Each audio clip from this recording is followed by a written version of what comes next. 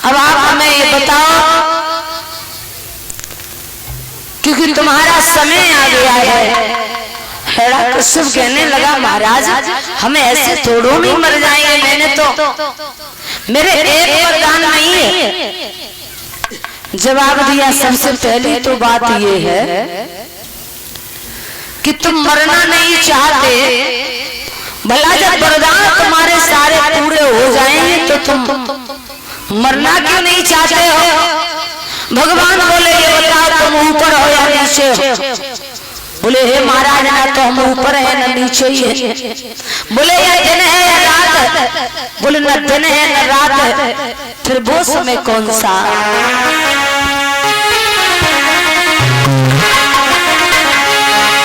दिन भी नहीं रात भी नहीं और संध्या का समय सुहाना।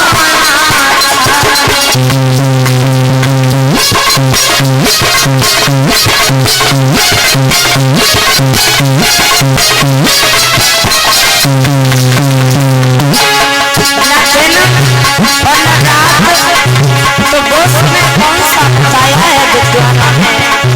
जब भगवान ने हिरण्यकश्यप को पकड़ाया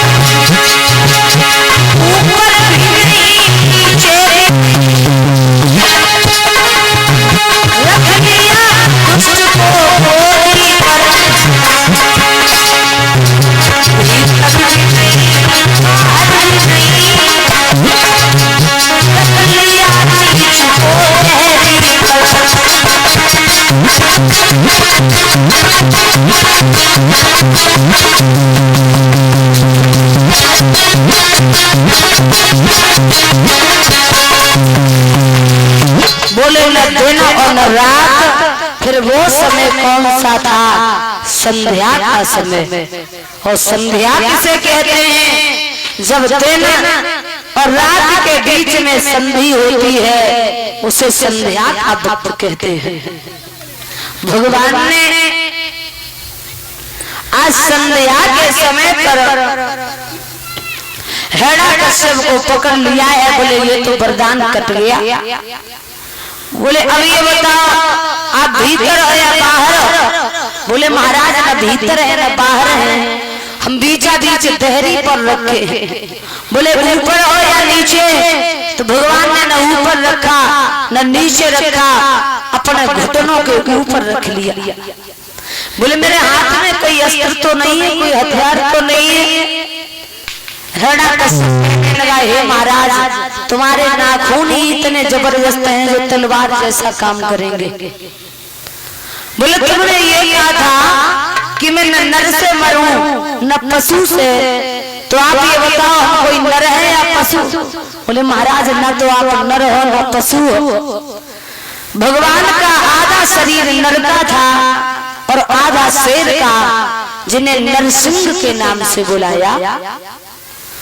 अब कहा है कि तुम्हारे सारे वरदान कट रहे हैं, अब आप मरना क्यों नहीं चाहते? बोले महाराज अभी और कुछ रह गए। मैंने ये कहा था कि मैं साल के 12 महीनों में न मरूं। साल के 12 महीनों में? बोले हाँ। ये कौन सा महीना चल रहा है? बोले हे महाराज साल में 12 महीने होते हैं, लेकिन ये 13वां महीना चल रहा है जिसे लौंड का महीना कहते हैं। भगवान बोले मैंने तुम्हारे लिए ये स्पेशल महीना निकाला है। जिसे कहते हैं लौंड का महीना, जिसमें भगवान ने उस हिरण्यकश्यप का वध किया। जिस लौंड के महीना में माताएं पूजा करती हैं, हिरण्यकश्यप के सारे वरदान जब भगवान ने काट दिए हैं, अंत में जब कोई भी इच्छा नहीं रही, तो उसके बाद भगवान ने अपने भयानक नाखूनों के द्वारा हिरण्यकश्यप के सीना को चीर दिया है। और जैसे ही अपने पिता को मरते हुए देखा, तो प्रहलाद के आंखों से आंसू बहने लगे। प्रहलाद को गोद में लिया है और कहिएगा भक्त, आप क्या मांगना चाहते हो?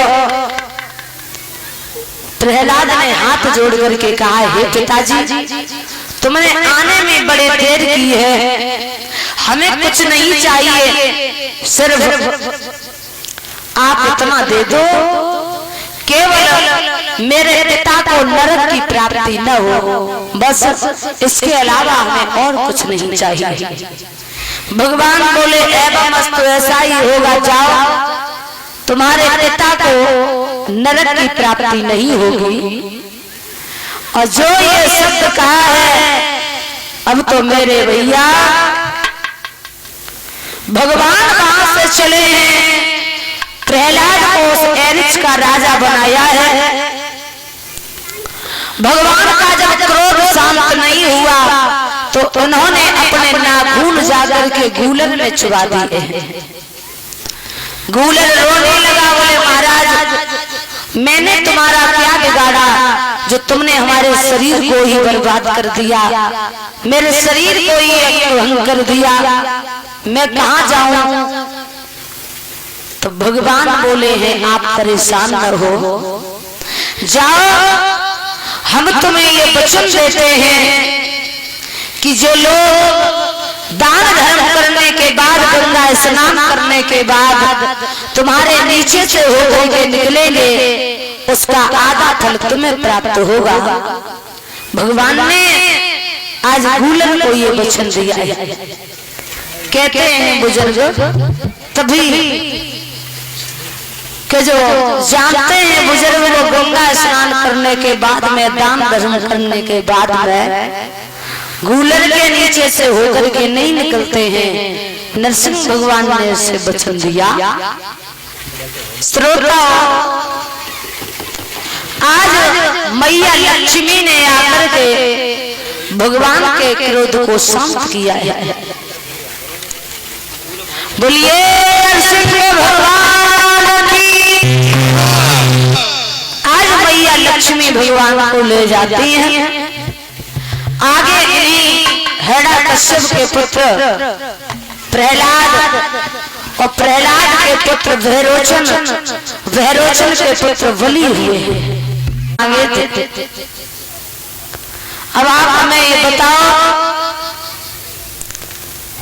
क्योंकि तुम्हारा समय आ गया है।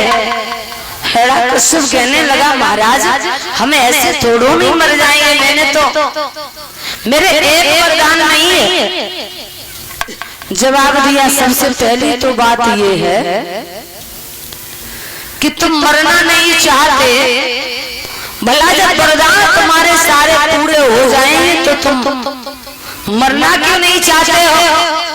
भगवान बोले, ये बताओ, तुम ऊपर हो या नीचे हो? बोले, हे महाराज, ना तो हम ऊपर है ना नीचे ही है। बोले, या दिन है या रात है? बोले, न दिन है न रात है, फिर वो समय कौन सा?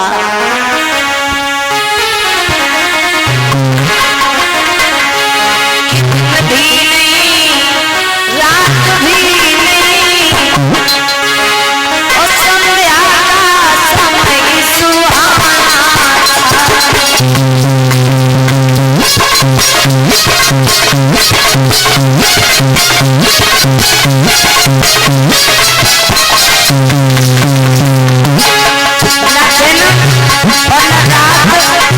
तो वो समय कौन सा बताया है विद्वानों ने, जब भगवान ने हिरण्यकश्यप को पकड़ाया है।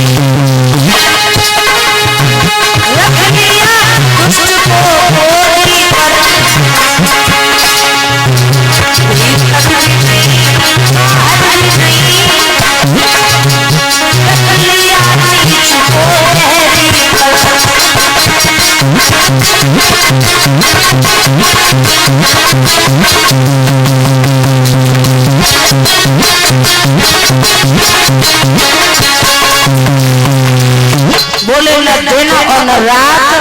फिर वो समय कौन सा था? संध्या का समय। और संध्या किसे कहते हैं? जब दिन और रात के बीच में संधि होती है उसे संध्या का वक्त कहते हैं। भगवान ने आज संध्या के समय पर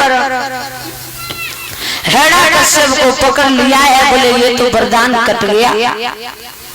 बोले अब ये बताओ आप भीतर हो या बाहर? बोले महाराज न भीतर है न बाहर है, हम बीचा बीच देहरी पर रखे। बोले ऊपर हो या नीचे? तो भगवान ने न ऊपर रखा न नीचे रखा, अपने घुटनों के ऊपर रख लिया। बोले मेरे हाथ में कोई अस्त्र तो नहीं है, कोई हथियार तो नहीं है। हिरण्यकश्यप कहने लगा हे महाराज तुम्हारे नाखून ही इतने जबरदस्त हैं जो तलवार जैसा काम करेंगे। बोले तुमने ये कहा था कि मैं न नर से मरूं न पशु से, तो आप ये बताओ हम कोई नर है या पशु? बोले महाराज न तो आप नर हो न पशु हो। भगवान का आधा शरीर नर का था और आधा शेर का, जिन्हें नरसिंह के नाम से बुलाया। अब कहा है कि तुम्हारे सारे वरदान कट रहे हैं, अब आप मरना क्यों नहीं चाहते? बोले महाराज अभी और कुछ रह गए। मैंने ये कहा था कि मैं साल के 12 महीनों में न मरूं। साल के 12 महीनों में? बोले हाँ। ये कौन सा महीना चल रहा है? बोले हे महाराज साल में 12 महीने होते हैं, लेकिन ये 13वां महीना चल रहा है जिसे लौंड का महीना कहते हैं। भगवान बोले मैंने तुम्हारे लिए ये स्पेशल महीना निकाला है जिसे कहते हैं लौंड का महीना, जिसने भगवान ने उस हिरण्यकश्यप का वध किया है।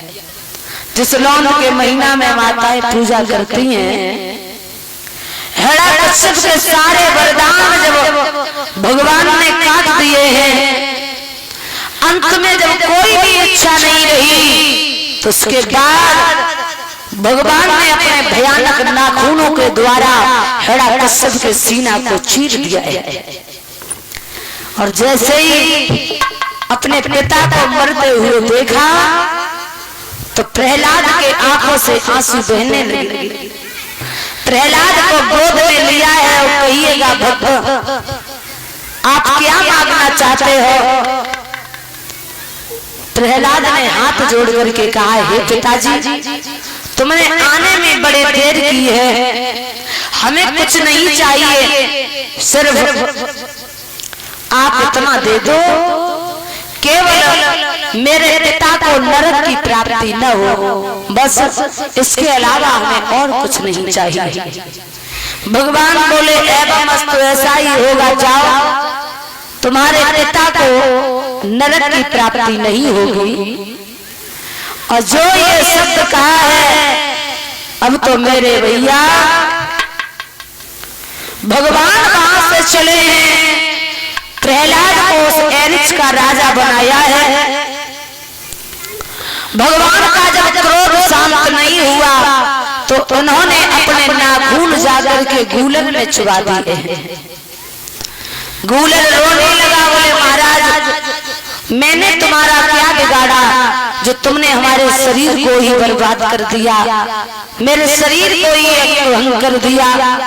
मैं कहां जाऊं? तो भगवान बोले हैं आप परेशान न हो, जाओ हम तुम्हें ये वचन देते हैं कि जो लोग दान धर्म करने के बाद, गंगा स्नान करने के बाद तुम्हारे नीचे से होकर के निकलेंगे, उसका आधा फल तुम्हें प्राप्त होगा। भगवान ने आज गूलन को ये वचन दिया है। कहते हैं बुजुर्ग तभी कि जो जानते हैं बुजुर्ग, वो गंगा स्नान करने के बाद में, दान धर्म करने के बाद में गूलन के नीचे से होकर के नहीं निकलते हैं। नरसिंह भगवान ने उसे वचन दिया। श्रोता, आज मैया लक्ष्मी ने आकर के भगवान के क्रोध को शांत किया है। बोलिए नरसिंह भगवान की। आज मैया लक्ष्मी भगवान को ले जाती हैं। आगे इन्हीं हिरण्यकश्यप के पुत्र प्रहलाद और प्रहलाद के पुत्र भैरोचन के पुत्र बलि हुए हैं।